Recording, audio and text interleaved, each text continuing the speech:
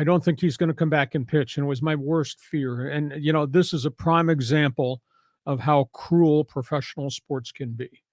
The favorite phrase in the NFL is you're one play away, one snap away from the end of your career. Well, in baseball, if you're a pitcher, you could be one pitch away from the end of your career. And what's sad for him, he had so much in front of him still, maybe another good 5 to 7 years, and he has completely broken down. And it's not that he did not have problems before. Stephen Strasburg has severe nerve damage in his shoulder near his collarbone. He had had rib surgery because of a blood clot. That was part and parcel of what was going on in the upper part of the right shoulder. He has rehabbed for more than a year. He's made no progress. He's completely walked away from baseball. He's trying to function pain-free as a person. This kid suffered forearm damage and elbow damage very early in his career, and he had to change his delivery. He went through the rehab. He became vibrant and brilliant, got the velocity back, obviously pitched him into a World Series.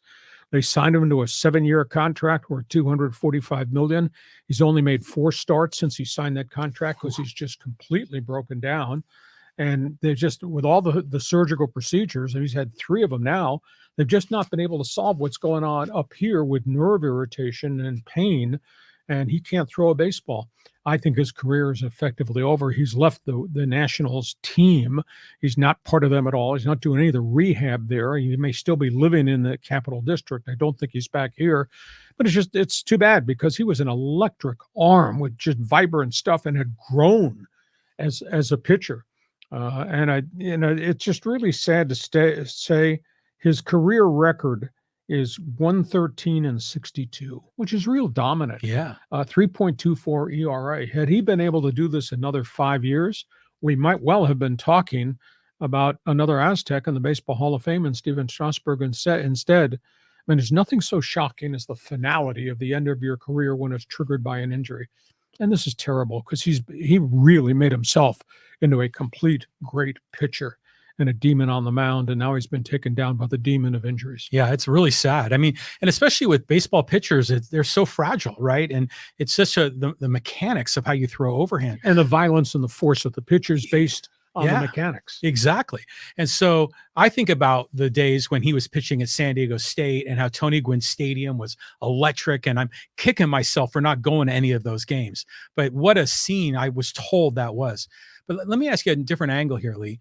Do you think the Washington Nationals take out an insurance policy on players for situations like this? They do. You can't talk about it. The clubs are not allowed to talk about the insurance policies, but guys who sign mega contracts, there is an insurance policy against injuries, and they will get a fixed fee. I don't know if it's 50% or 75% of that 1 year salary if the guy misses the entire year, because he's not recovered from injuries. And I don't know if it goes year to year or whether it's the whole breadth and length of the $245 million contract. But if you got a guy that's got a history of injury problems, he's next to impossible to insure. Oh, of course, yeah. So that's where we are. And obviously we know about the insurance companies and the trauma and the crisis they're having with homeowners and fires and what's happened in society and to the global economy, et cetera. But yeah, to answer your question generically, if you had a marquee contract, big money, it would be insurable on a year-by-year basis. But now the premiums may well have rocketed beyond clubs' ability to even insure them. Yeah, I remember back in the day in the NFL, I can't remember who the player was, but he had gotten a big deal, and then the team had a insurance policy with Lloyd's of London to cover that team in case he got hurt, because it was a long-term deal. So yeah, there's a lot of financial maneuvering that goes on behind the scenes that we're unaware of as fans, but that's a huge risk these teams take. It makes sense that they'll have some kind of insurance. Okay, on we go.